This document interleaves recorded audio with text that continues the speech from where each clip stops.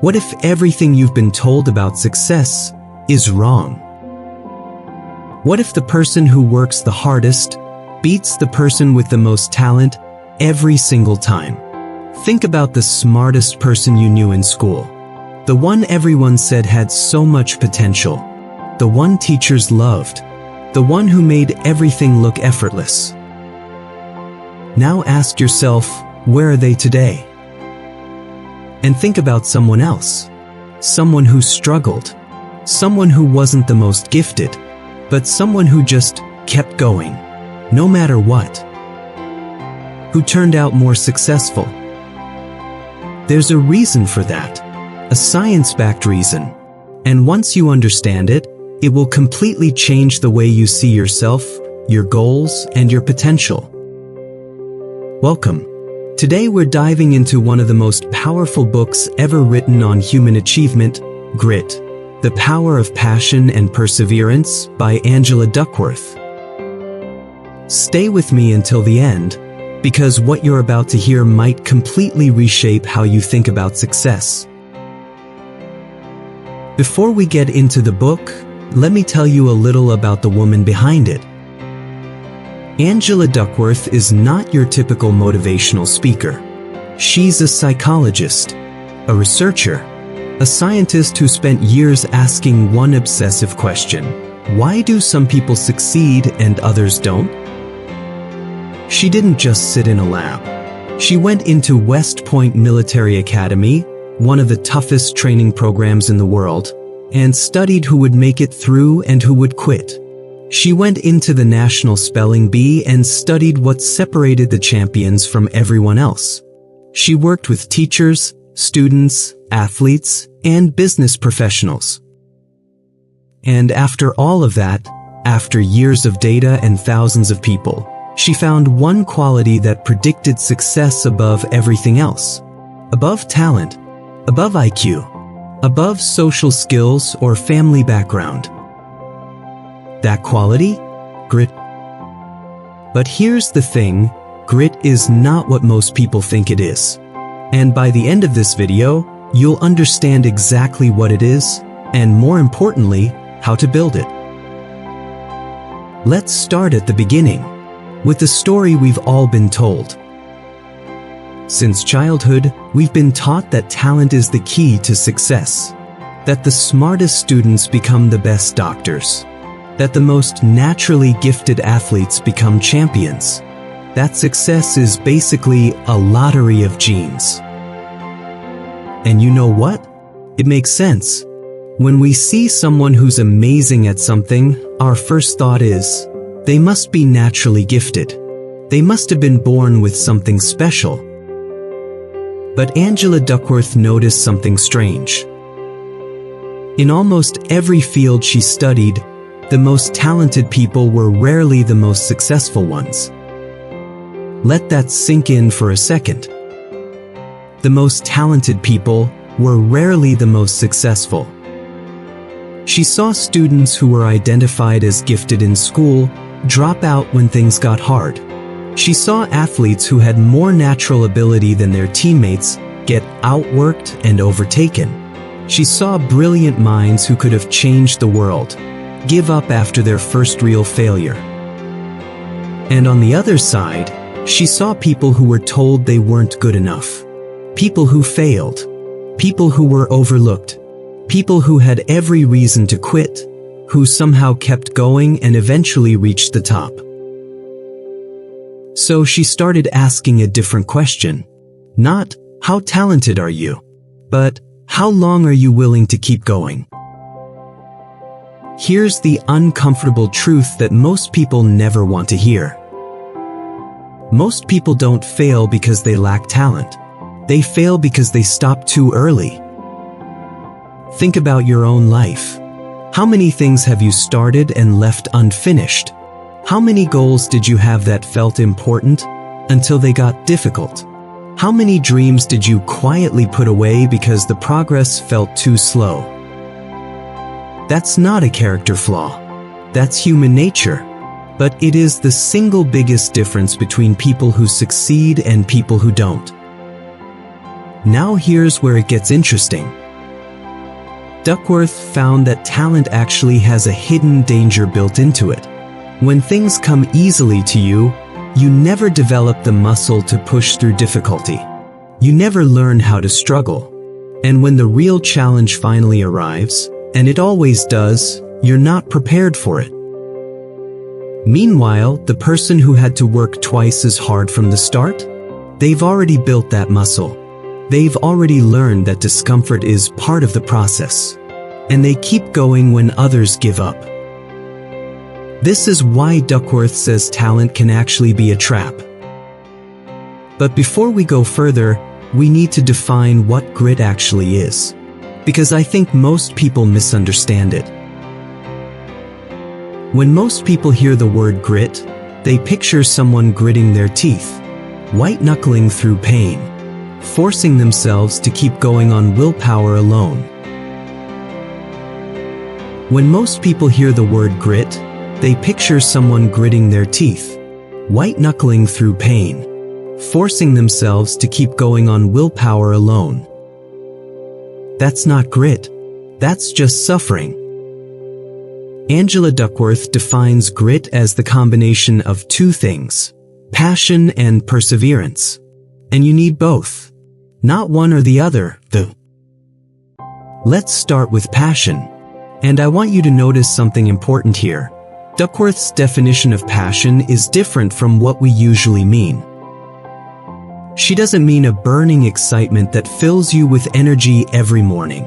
She doesn't mean something that makes you jump out of bed and feel electric. That kind of feeling comes and goes. It's not reliable. What she means by passion is a consistent, long-term interest in something. A direction, a compass, something that pulls you forward even on the days when you don't feel like moving. Think of it like this. Excitement is a spark. Passion, real passion, is a slow, steady flame.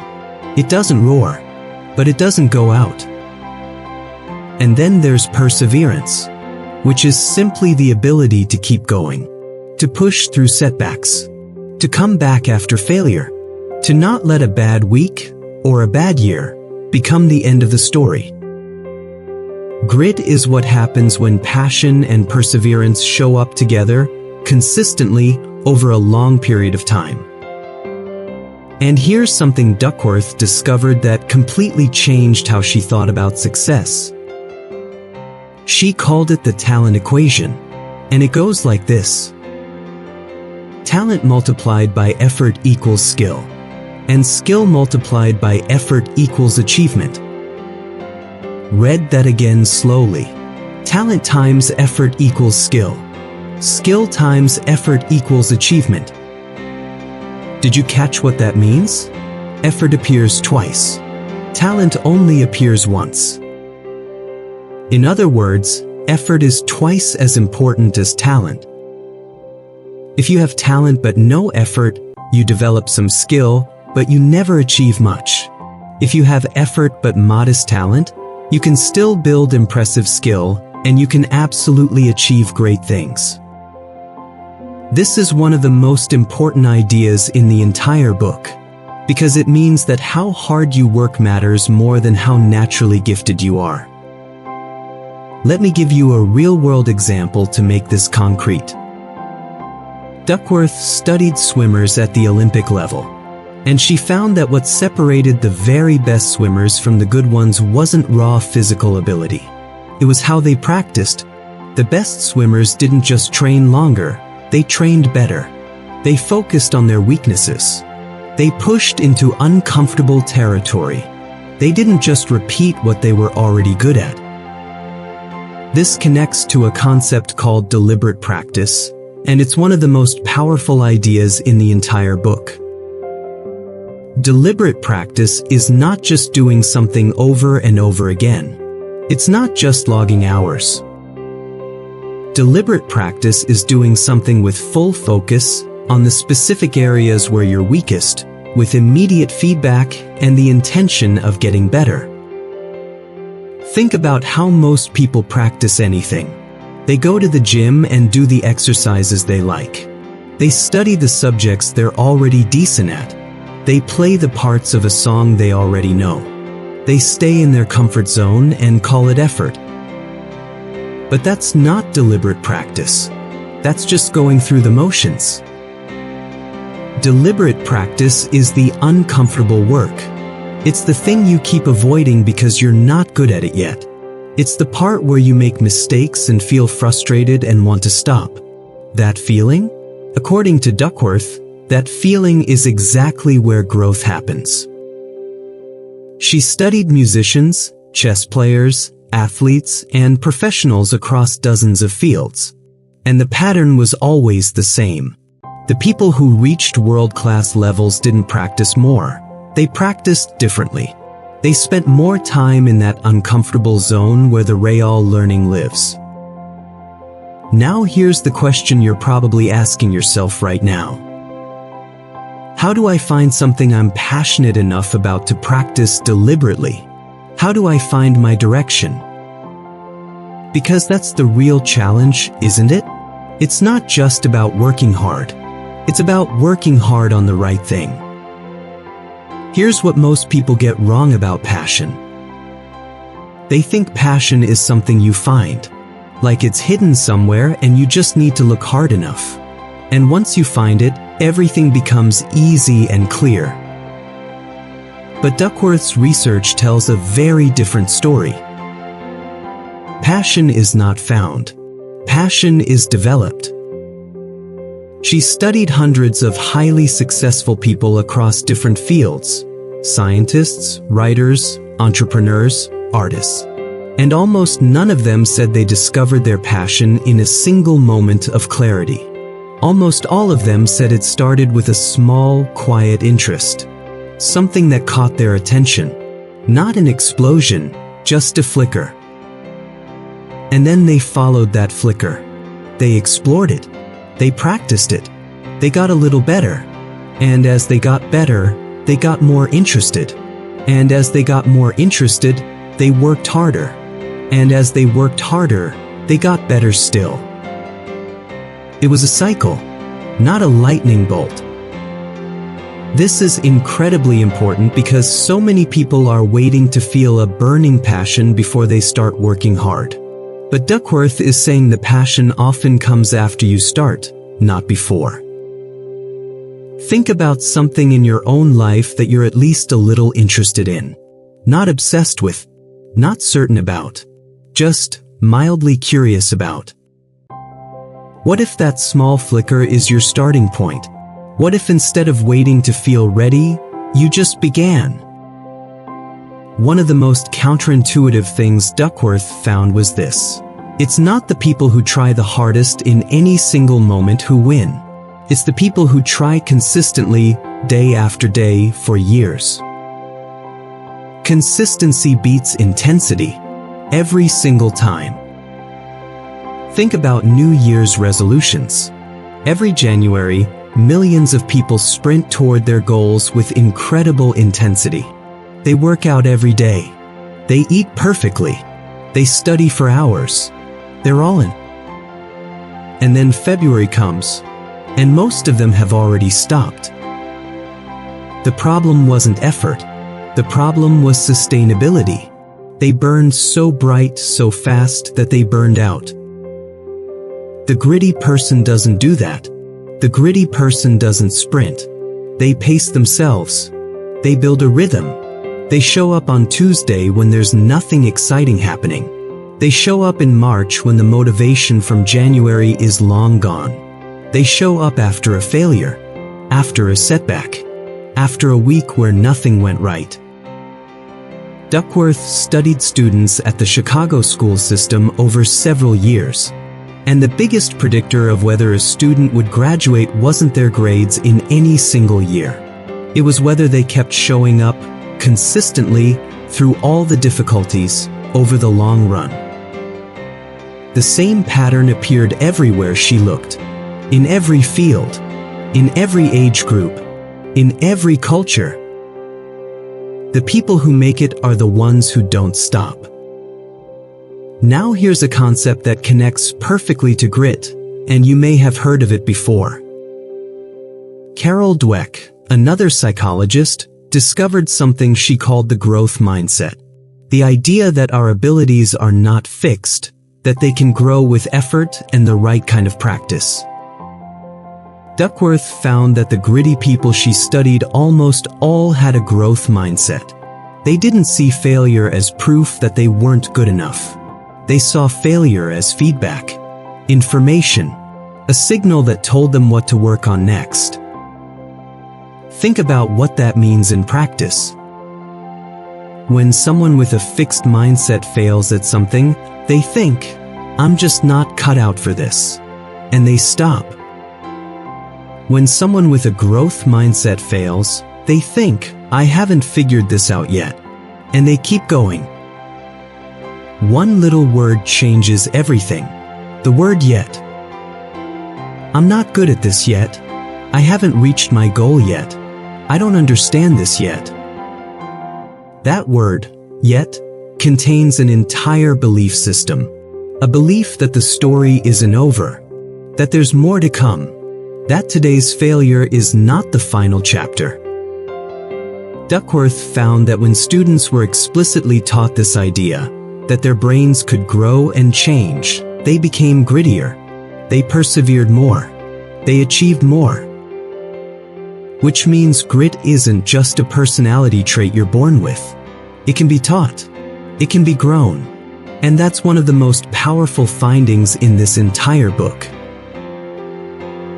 But there's one more ingredient that separates people with ordinary perseverance from people with extraordinary grit. Purpose. Duckworth found that the grittiest people she studied weren't just working hard for themselves. They were working hard for something bigger than themselves. They had connected their work to a meaning that extended beyond their own personal gain. The chef who wasn't just cooking for tips, he was keeping his grandmother's recipes alive. The teacher who wasn't just doing a job, she was changing the trajectory of a child's life. The athlete who wasn't just competing for a medal, he was proving something to every kid who was ever told they weren't good enough. When your work is connected to purpose, you have a reason to get up when you fall down. You have a reason to keep going when you're exhausted. You have a reason beyond willpower, and willpower runs out. Purpose doesn't. Duckworth asked thousands of people one simple question: how does your work help other people? The people who could answer that question clearly, they were grittier. They persevered longer. They achieved more.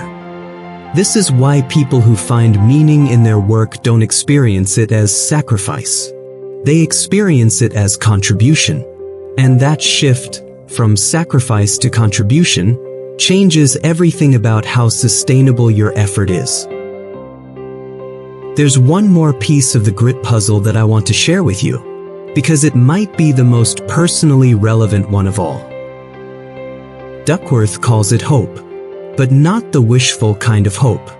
Not hoping things will get better while doing nothing about it. She means earned hope, the kind of hope that comes from believing, based on experience, that your efforts will eventually pay off. The kind of hope that says, I've been through hard things before. I've failed before. And I kept going. And things got better. So they will again. This kind of hope is built by doing hard things and surviving them. Every time you push through something difficult, you're not just completing a task. You're building evidence. Evidence that you can handle difficulty. Evidence that you don't break when things get hard. Duckworth studied soldiers going through incredibly brutal training programs. The ones who made it through were not always the strongest or the fastest. They were the ones who, after every failure and every setback, got back up and tried again. They had learned, through repeated experience, that they were capable of more than they thought. And here's the beautiful thing about this. Every small act of perseverance, every time you show up when you don't feel like it, every time you push past the point where you wanted to quit, is an act of hope. It's a declaration that you believe the effort is worth it, that the goal is worth it, that you are worth it. This is where grit lives. Not in some extraordinary capacity reserved for special people, but in the quiet daily decision to try again. So now let's get practical, because knowing about grit is one thing, building it is another. Duckworth identifies 4 ways to build grit in your own life. The first is to develop interest. Start by following what you're at least a little curious about.